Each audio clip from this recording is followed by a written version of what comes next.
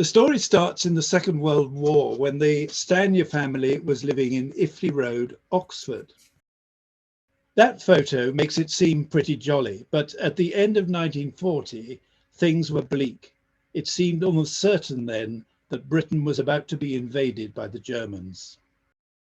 Maida remembers meeting Bob in the middle of Oxford, and they decided there and then that as a gesture of defiance against Hitler, they would have another baby.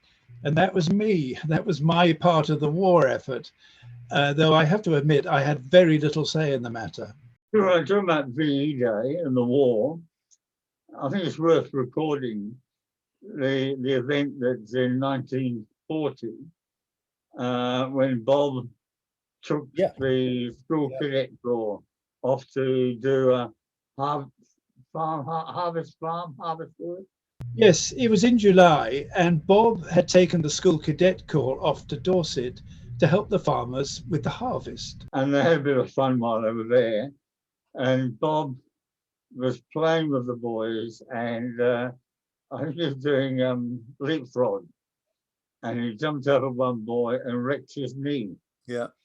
And he had to be brought home.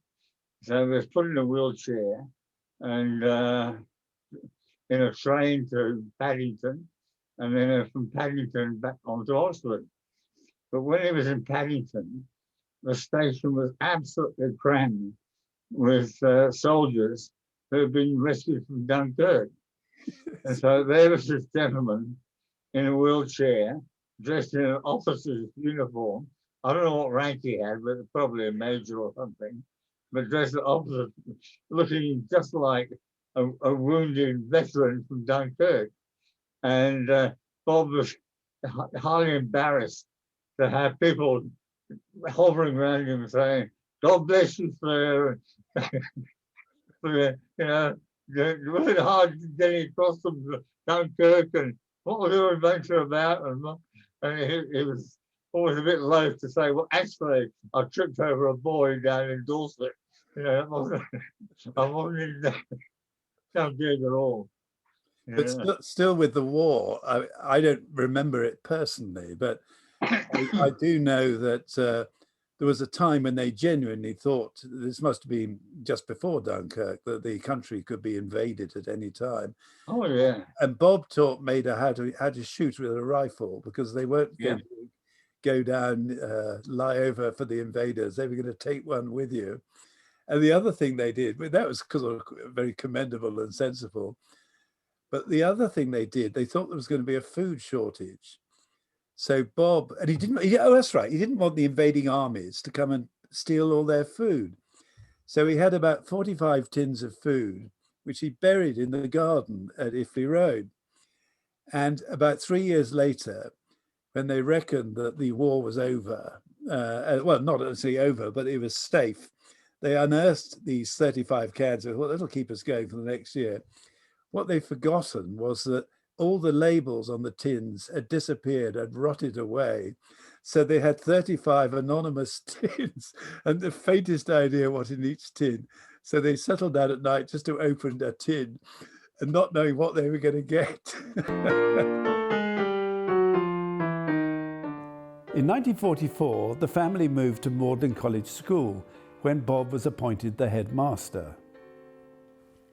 Living at MCS was a unique experience, really. Yeah. Unlike anybody else I know.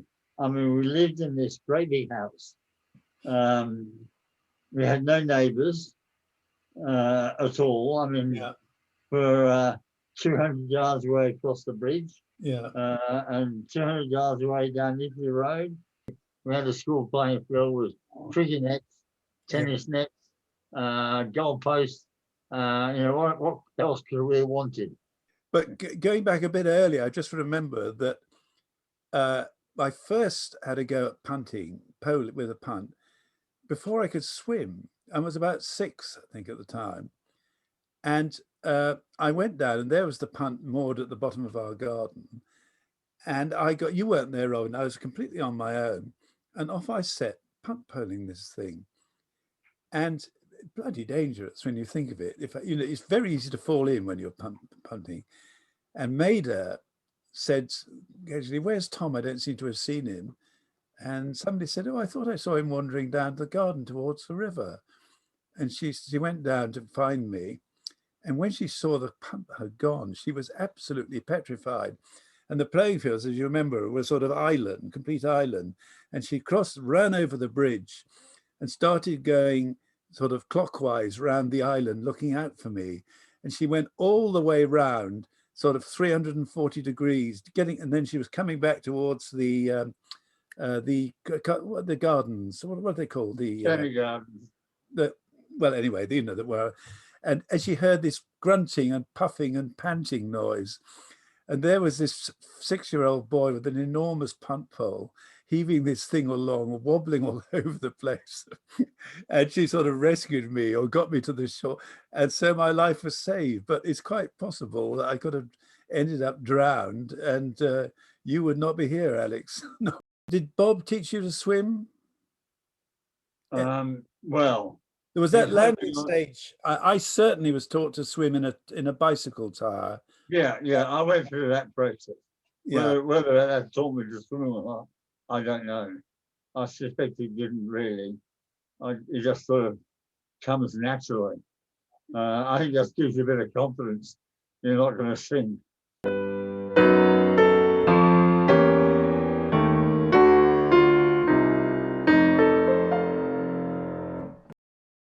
We didn't say anything about the punting expedition we went on with Rodney, Robin.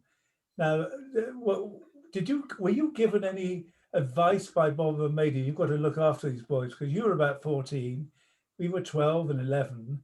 Were they just? Did they just fire us off into space for 3 days? To be honest, I can't remember it.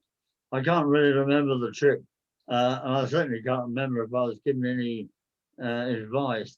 I think Bob Maida were just bloody stupid, to be honest. Well, they were. It's always amazed me that the school has never lost somebody in the river. People drowned. But the thing is, on that punting expedition, I mean, Robin, he was 14. Yeah. Rodney was a naughty 12-year-old, and I was a timid 11-year-old. And we were off with no supervision or anything. And we survived. We delivered. How far do you think you travelled? Oh, about 15 miles, I suppose. We went about. We went upstream, didn't we? Yes. So they came back a bit faster. Yeah. Places. Yeah. I can't really remember that. Well, I remember clearly one of the sort of semi-nightmare experiences was there was a kind of sail on this punt, like a roof, a canvas roof. Yeah. And we got a photo of that, so you can see that. And that was fine. But once we were approaching a lock and a weir, and it says danger, danger, and the wind suddenly started blowing behind us, blowing us directly towards the weir. And that I can remember that very clearly, but we got away with that. Well, I was going to say, what did you do? Just punt very hard? We paddled and we paddled and punted and got off, managed to avoid the main current, and we got away with it. Wow.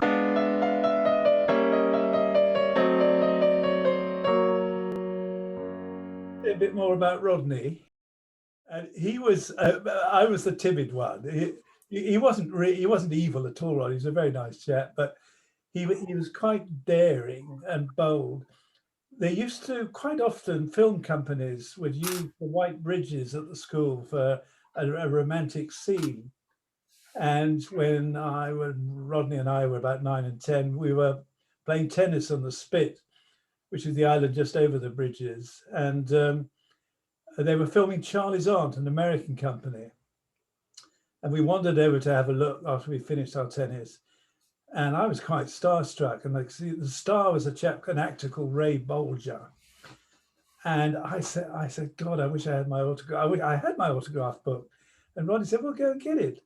And I said, oh, I can't, he won't want to do it for me. He said, well, I'll get it for you. And off he went. And he said to Mr. Ray Bolger, Mr. Bolger, would you mind signing this autograph book? And Bolger said, sure. What's your name, boy? Rodney. Well, he scribbled, for Rodney. Ray Bolger, best wishes. And it wasn't the same day, but not long after that, we were wandering around the playing fields, and we came to a fisherman who'd been fishing there on the bank, and there was a basket of fish he'd caught, obviously, on the land. And he'd gone off to have a cup of tea or something. He wasn't anywhere around. And we looked at these dead fish with some interest. And then Ronnie spotted a punt about 15 yards away, a couple of students canoodling away in the punt. And quick as a flash, Rodney had grabbed one of these fish and lobbed it through the air and straight down the front of the girl's dress. And as we fled, her anguished squeals were very apparent. That was Rodney for you.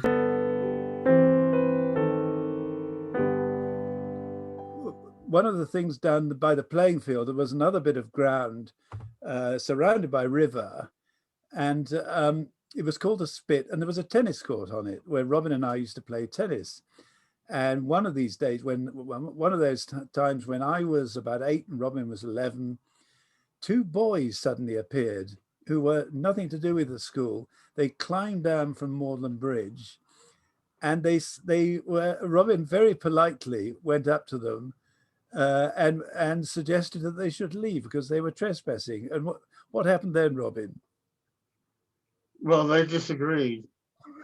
It's the final vestige of chivalry in the state. We decided to have a competition.